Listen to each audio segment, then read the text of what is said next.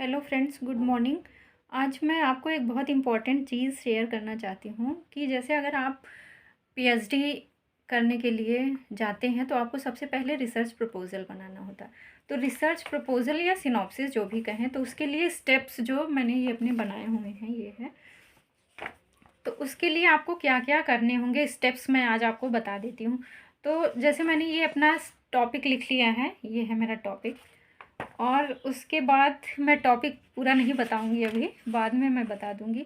तो सबसे पहले आपको इंट्रोडक्शन, उस टॉपिक के बारे में इंट्रोडक्शन देना होता है कि इंट्रोडक्शन के बारे में आपको लिखना होगा कि आप जिस पे काम करने चल रहे हैं वो क्या प्रॉब्लम है, उसको इंट्रोड्यूस करेंगे। सेकंड स्टेप्स होता है जस्टिफिकेशन ऑफ द स्टडी। आपको अपनी स्टडी को जस्टिफाई करना पड़ेगा कि आपने ये कहाँ से लिया टॉपिक, आपके मन में कैसे आया, और जस्टिफाई करना होता है अपनी प्रॉब्लम्स को। सेकंड स्टेप ये हो गया। फिर थर्ड स्टेप आपको करना होगा लिटरेचर रिव्यू करना होगा। जब आप उस टॉपिक से रिलेटेड आप शोध गंगा, शोध गंगोत्री पे जाके आप लिटरेचर रिव्यू करेंगे। उस वेरिएबल्स, जो आपके वेरिएबल्स रहेंगे उससे रिलेटेड आप शोध गंगा या शोध गंगोत्री या कोई रिसर्च पेपर हो या रिसर्च जनरल हो, कुछ भी हो, तो आप उस पर जाके सर्च करेंगे और उसको आप पढ़ेंगे। पढ़ने के बाद आपको ये लगेगा कि क्या क्या काम हुआ है और किस पे अभी बाकी है, तो वो आपको रिव्यू करना होगा। जितने भी वेरिएबल्स होंगे उसके सारे वेरिएबल्स, जैसे मैंने ये मैं दिखा दे रही हूँ, ये मैंने किया हुआ है, वेरिएबल के सारे रिव्यू किया हुआ है, तो मैंने ये डाल रखा है इस पर। जैसे पहला मेरा है study related to adolescent problems. ये मेरा वेरिएबल एक है, तो मैं इससे रिलेटेड सारे रिव्यू कर लिया मैंने। फिर उसके बाद थर्ड स्टेप हो गया रिव्यू के बाद आपको ओरिजिन ऑफ द प्रॉब्लम, इसी के अंदर रिसर्च क्वेश्चंस भी आ जाते हैं कि ये कैसे प्रॉब्लम ओरिजिनेट हुआ, आपके माइंड में ये प्रॉब्लम कैसे आई। तो ये हो गया स्टेप हमारा, ओरिजिन ऑफ द प्रॉब्लम। फिर नेक्स्ट स्टेप होगा स्टेटमेंट। क्या है आपका स्टेटमेंट ऑफ द प्रॉब्लम? आगे अंदर भी जैसे आपने statement of the problem front page पे लिख दिया, उसके बाद आपको अंदर भी लिखना होता है स्टेटमेंट ऑफ द प्रॉब्लम क्या है।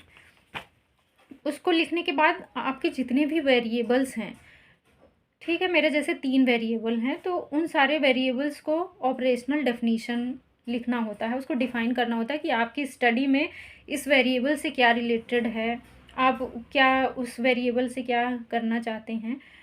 तो ये आपको अपनी स्टडी में करके लिखना होता है ऑपरेशनल डेफिनीशन के तौर पे। फिर जो मेन आता है ये objectives of the study. Objective आपको बताना होता है कि आपके क्या मेन उद्देश्य हैं, क्या पर्पज़ हैं, आप इसको क्यों करना चाहते हैं।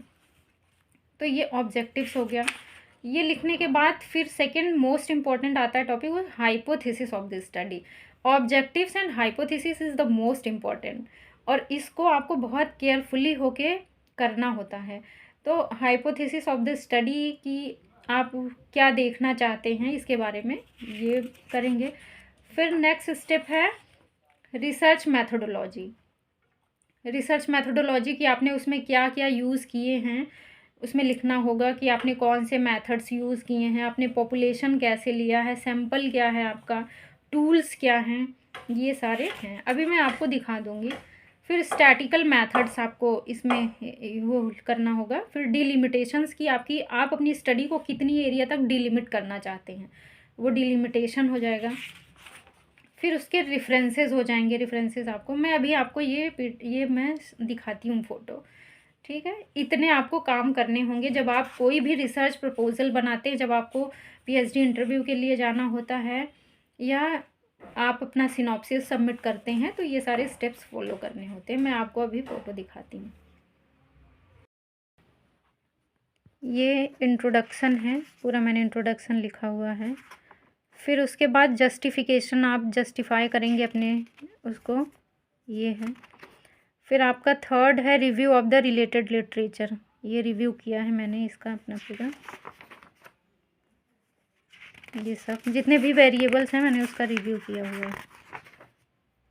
फिर ओरिजिन ऑफ द प्रॉब्लम्स के बारे में लिखना है ये। फिर स्टेटमेंट ऑफ द प्रॉब्लम, फिर ऑपरेशनल डेफिनीशन है ये, आप इसको देख के करेंगे। फिर ये हाइपोथेसिस है,